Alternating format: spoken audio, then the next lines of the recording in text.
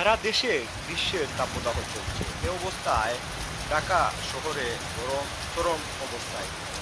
আর এই গরম অবস্থাকে শীতল করতে জলকামান দিয়ে কৃত্রিম বৃষ্টির ব্যবস্থা করা হয়। আর সিলেটে আল্লাহর রহমত সরাসরি বৃষ্টি নেমে পরিবেশ শান্ত করছে। এই মুহূর্তে সিলেটে বৃষ্টি হচ্ছে। গতকালও এই মুহূর্তে সিলেটে বৃষ্টি হয়। এই আধ্যাত্মিক নগর পুণ্যভূমি সিলেটে গেল ১.৫ সপ্তাহের তাপদাহে সিলেটে কোনো গরম খুব একটা বোঝা যায়নি, যা ছিল সহনীয় মাত্রায়। মাঝে মধ্যে বৃষ্টি হয়েছে, জড়ো হাওয়া বয়েছে, গতকালও জড়ো হাওয়া বয়েছে, তারপর বৃষ্টি হয়েছে।